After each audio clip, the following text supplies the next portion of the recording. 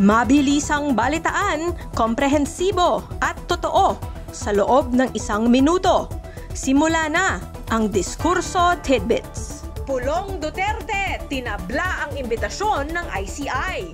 Ito daw ay continuing political propaganda at harassment lang. Importer ng luxury cars ng mga Diskaya, ikukulong at idedeport. Rafi Tulfo, isinusulong ang pag-obliga sa e-trike drivers na kumuha ng lisensya at rehistro. DILG handa sa pag-aresto kay Bato kapag ICC warrant ay beripikado na. Trump, handa umanong umatake sa mga bansang magpapasok ng illegal na droga sa US. At TV5, formal nang tinapos ang partnership deal sa ABS-CBN.